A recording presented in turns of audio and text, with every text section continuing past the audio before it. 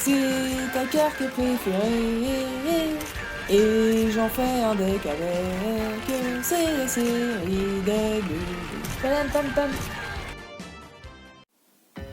Alors, on va commencer directement par les Sphinx. On va les jouer en x3. Vous verrez pourquoi après. Alors, pour ceux qui ne connaissent pas, déjà on peut l'invoquer spécialement quand il y a Pyramide de Lumière en payant 500 points de vie. Les deux problèmes et inconvénients de cette carte, c'est qu'elle ne peut pas attaquer le tour et invoquer. Si elle détruit un monstre de l'adversaire en position de défense, on inflige des dommages à l'adversaire égaux à la moitié de l'attaque du monstre détruit. Cette carte ne peut pas être reborn du cimetière. Bon, elle a 3000 de patates, on comprend qu'on veut la jouer, en plus elle est quand même badass. Le Sphinx Stella, c'est exactement la même chose, sauf que l'attaque et sa défense sont inversées. Et qu'elle, elle inflige des dommages égaux à la moitié de la défense du monstre détruit. Sinon c'est la même chose. On va la jouer en x3 également. Tainen, le grand sphinx. Lui il est compliqué, hein, on va pas se mentir. Hein. Il ne va s'invoquer qu'en payant 500 points de vie quand on a Androsphinx et Sphinx Stella sur notre terrain qui sont détruits en même temps. Bah déjà du coup ça veut dire qu'il faut avoir réussi à mettre les deux et qu'en plus les deux doivent être détruits. Il y a plusieurs façons de les détruire mais bon. Lui par contre il peut se spé depuis le deck, donc on veut pas spécialement l'avoir en main. Quand on est spé, on peut payer 500 points de vie et augmenter son attaque de 3000 jusqu'à la fin de la phase. Donc bon, c'est pas mal. Mais c'est compliqué. La pyramide de lumière qu'on va jouer également en x3. Lorsque cette carte face recto, bah en gros est détruite, elle est envoyée au cimetière et retirée du jeu, bref. On détruit Androsphinx et Sphinx Stella et on les retire du jeu. Sanctuaire Photon, franchement la meilleure carte pour pouvoir faire les Sphinx. On va spé 2 jetons photons, donc lumière en position de défense, ils peuvent ni attaquer ni être utilisés, bon bref ça on s'en moque.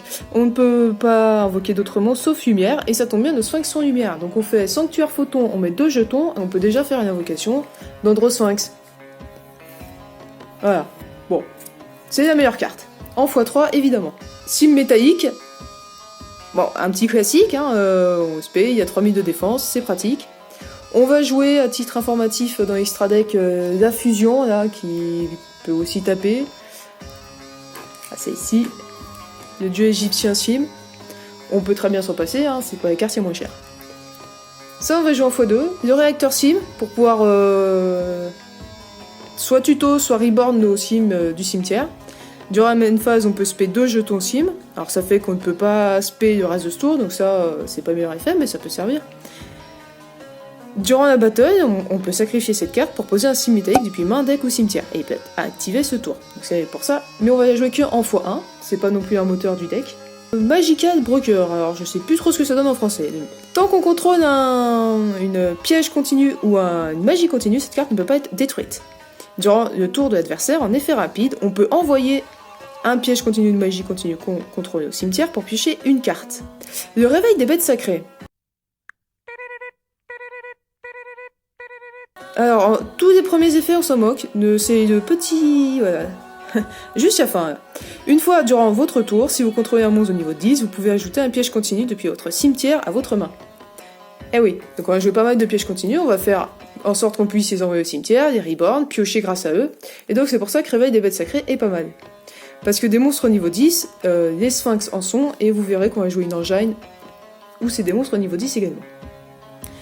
Uranus, yeux désespéré. Donc quand cette carte est invoquée par sacrifice, elle est lumière, donc Sanctuaire Photon marchera pour elle.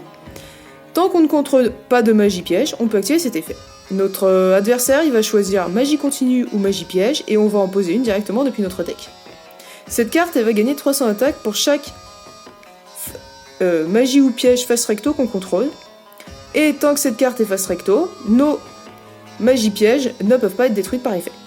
Donc ça va protéger potentiellement Androsphinx et nos Sphinx tant qu'on n'a pas envie qu'ils soient détruits. Donc on va jouer en x2, lui il n'est pas trop mal. Alors, les 2 cartes potentiellement changeables, enfin vraiment, hein, 2 chaudrons du vieillard. Il nous fallait au moins 2 targets à magie continue, des fois qu'on en ait une en main de départ, pour que son effet à lui soit pas perdu si l'adversaire dise magie continue. C'est plus pour ça qu'elles sont là. Le chaudron du vieillard, j'aime bien cette carte, parce que ça met la pression. On va mettre un compteur dessus à chaque stand-by phase, notre stand-by phase, pardon, et quand il est activé. Et on peut retirer Non, pardon, on ne retire pas. Une fois par tour, on peut activer ces effets. Soit on gagne 500 points de vie pour chaque compteur, soit on inflige 300 de dommages à l'adversaire pour chaque compteur. Donc burn ou récupération, selon les cas, en vrai, c'est pas trop mal. Parce que bon, on n'est pas non plus dans un deck qui va aller super vite, alors ça aide. Verrouillage de deck. Eh ben, aucun joueur ne peut ajouter de carte depuis le deck à sa main, sauf en les piochant. Ah, c'est un peu une carte un peu pupute, hein, mais bon, déjà elle ne va rester sur le terrain que 2 tours, puisqu'on l'a détruit durant une deuxième stand-by phase après activation. Et ensuite, bah nous, faut avouer que notre deck est un peu lent, donc ça peut aider pas mal.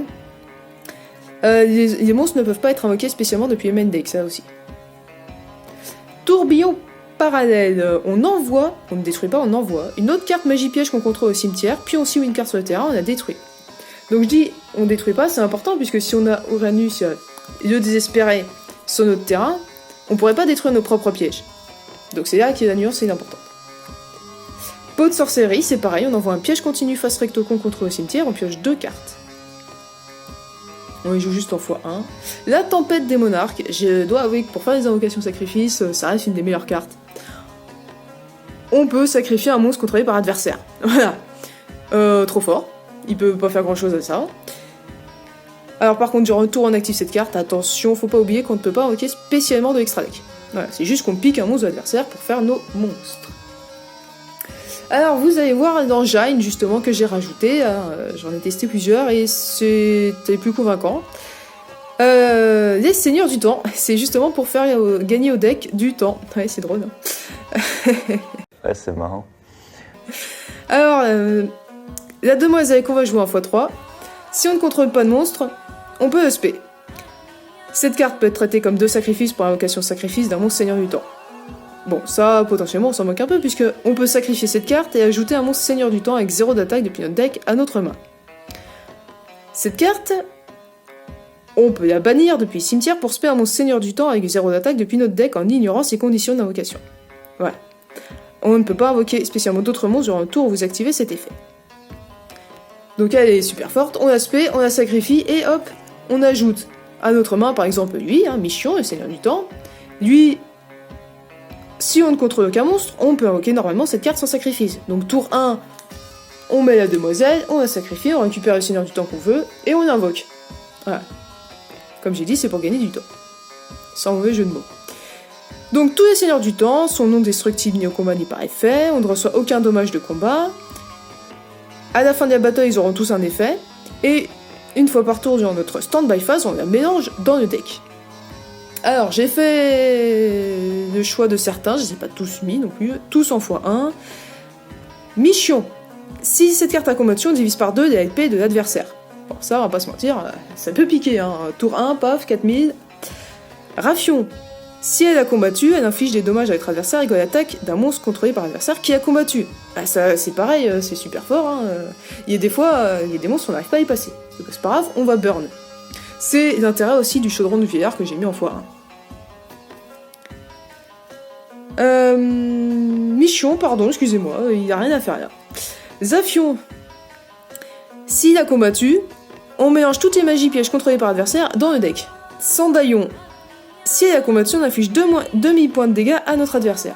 Et attention, il y a 4000, lui il fait partie de ceux qui ne s'invoquent pas depuis le deck. Alors, on va jouer 2 machines vides. Premièrement, la première fois que cette carte va être détruite, elle ne l'est pas, en tout cas par effet de l'adversaire. Une fois par tour, on peut activer un de ses effets, défausser un monstre de niveau 10, piocher une carte. Bon, vu le nombre de monstres de niveau 10 qu'on joue, c'est pas mal, les sphinx sont niveau 10, je vous le rappelle. Si c'est la seule carte dans notre zone magie piège, alors ça c'est un peu plus rare, enfin beaucoup plus rare, on cible un monstre seigneur du temps dans notre cimetière, on le mélange dans le deck, puis on peut poser une machine infinie directement depuis main ou deck. Donc ça on va jouer en x2 parce que c'est vraiment pas mal. La machine infinie, on peut la retirer pour jouer autre chose, c'est pas non plus la carte essentielle. Donc soit on a fait grâce à machine du vide son effet, soit on l'a pioché, on active cette carte en envoyant machine du vide depuis la zone magie piège de cimetière. Pareil, elle ne peut pas être détruite la première fois par effet de carte adversaire, et on peut activer un de ses effets. Durant la main phase, on peut invoquer spécialement un monstre seigneur du temps depuis notre main. C'est surtout cet effet qui nous intéresse. Le deuxième effet ne nous sert à rien puisque nous ne jouons pas la dernière. On peut cibler un monstre seigneur du temps dans notre cimetière, immerger dans le deck et poser la lumière infinie directement depuis main au deck. Bon, j'ai testé, ça commence à faire un peu trop brique si on veut mettre tout l'engin. Le Monster Reborn, classique.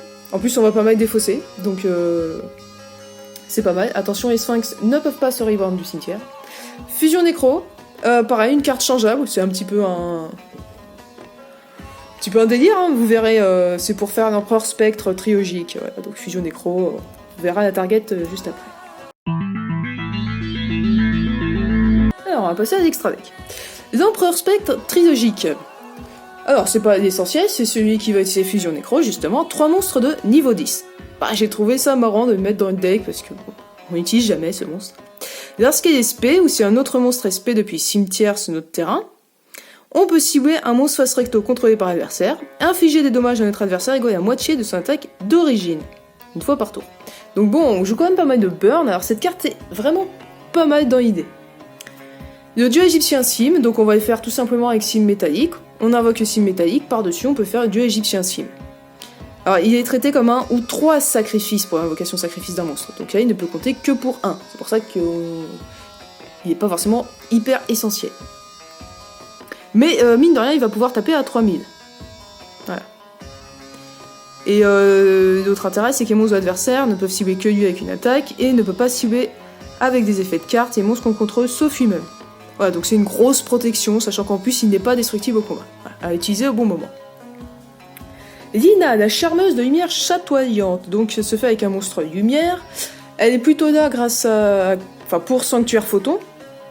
Donc on peut reborn un monstre lumière du cimetière de l'adversaire sur notre terrain. Si cette carte invoquée par rien est détruite, on peut ajouter un monstre lumière avec max 1500 de défense depuis notre deck à notre main. Donc ça c'est vraiment pas mal pour tuto un peu ce qu'on veut. S'il vous plaît, maestro. Oshiningen à la mode, pareil, et là surtout grâce à Sanctuaire Photon, il nous offre une lumière après tout. Se fait avec les 2 monstres lumière. Tous les monstres lumière gagnent 500 attaque défense, et tous les monstres ténèbres perdent 400 attaque défense. Donc mine de rien, il a 1009, bon rien de transcendant, mais bon, il va plutôt être là pour booster nos autres monstres. Si elle est détruite, on peut subir un monstre lumière dans notre cimetière et ajouter à notre main. Voilà. Bujinki à Ashima. Une Link 2 qui ne peut pas être utilisée comme matériel lien, attention, se fait avec 2 monstres du même niveau. Lorsqu'elle est invoquée par lien, on peut invoquer spécialement 2 monstres du même niveau, un depuis la main, un depuis le cimetière. On annule leurs effets et on fait immédiatement après la résurrection une X6 en utilisant ces 2 monstres. Vous allez voir du coup qu'on utilise des X6 10 et une X6 8 au cas où, puisqu'on utilise Ranos désespéré qui est niveau 8. C'est vraiment pas obligatoire. Alors si jamais un monstre X6 va détacher un matériel pour un effet de carte, on peut cibler une magie piège contrôlée par l'adversaire et la détruire. Voilà. Cette carte est vraiment pas mal du tout. Accessoirement parlant, elle est lumière, hein, donc on n'est pas avec Sanctuaire Photon, ça ne pose pas de problème. Phénix, chevalier du cauchemar. Donc on le connaît, lui, il a invoqué, on défausse une carte, on cible une magie piège, on la détruit. Pour faire simple. Licorne, 3 monstres, même principe, elle est invoquée, on défausse une carte, on cible une carte sur le terrain, on la mélange dans le deck. Alors, ça c'est carrément une excentricité, vous n'êtes vraiment pas du tout obligé, c'est pas nécessaire. Avramax, 2 monstres invoqués SP de extra deck, en fait c'est juste que parmi les tests, à un moment, je me suis retrouvée avec 2 sanctuaires photons, donc 2 sanctuaires photons, ça fait Avramax. Et parce que vous faites les 2 sanctuaires, vous faites Lina et Oshiningen, et par-dessus vous faites Avramax. Ils sont tous lumière. Au prix d'il y a 4, franchement, vous mettez autre chose, hein, si vous n'avez pas. Alors cette carte elle est bien cheatée, tant qu'elle est invoquée par lien sur le terrain, notre adversaire ne peut cibler que lui avec des effets...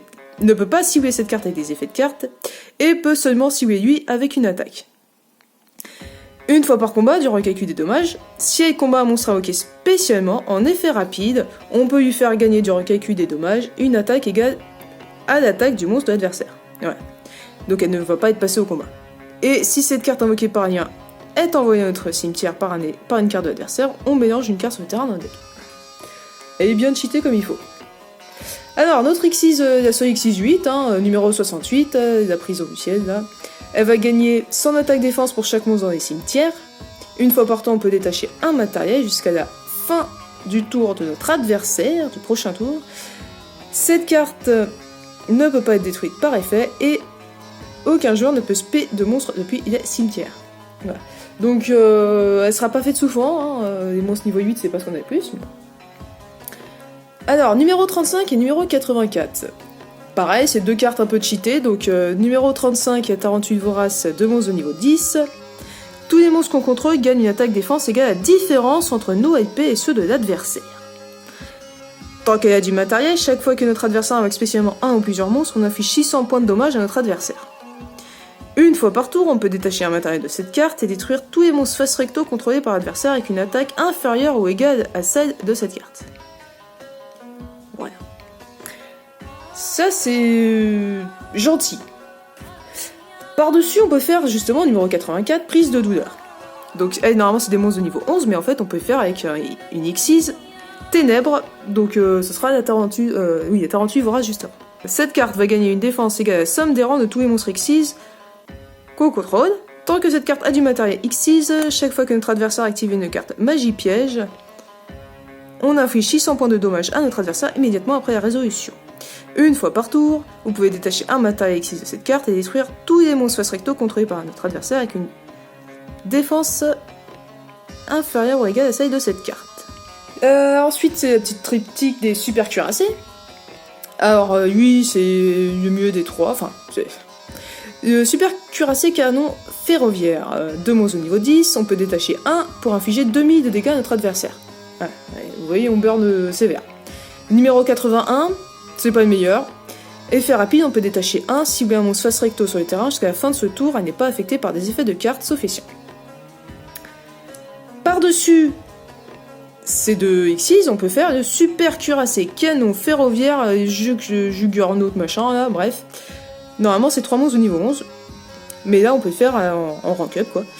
Une fois par tour, on peut détacher un matériel, cette carte gagne 2000 d'attaque, défense, et le reste de ce tour, on peut uniquement déclarer une attaque avec cette carte.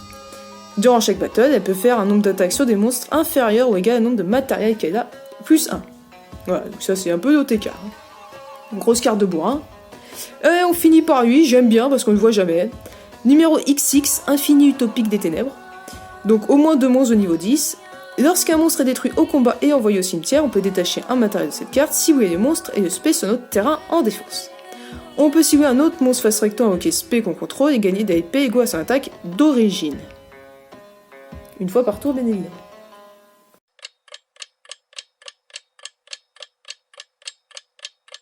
Et il manque Métaillon, le Seigneur du Temps.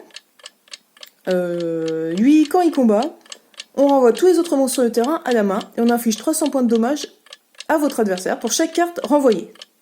Et voilà, donc j'espère que tu vas être content de ce deck. Ça m'a pris quand même pas mal de temps, mine de rien, j'ai fait plusieurs versions.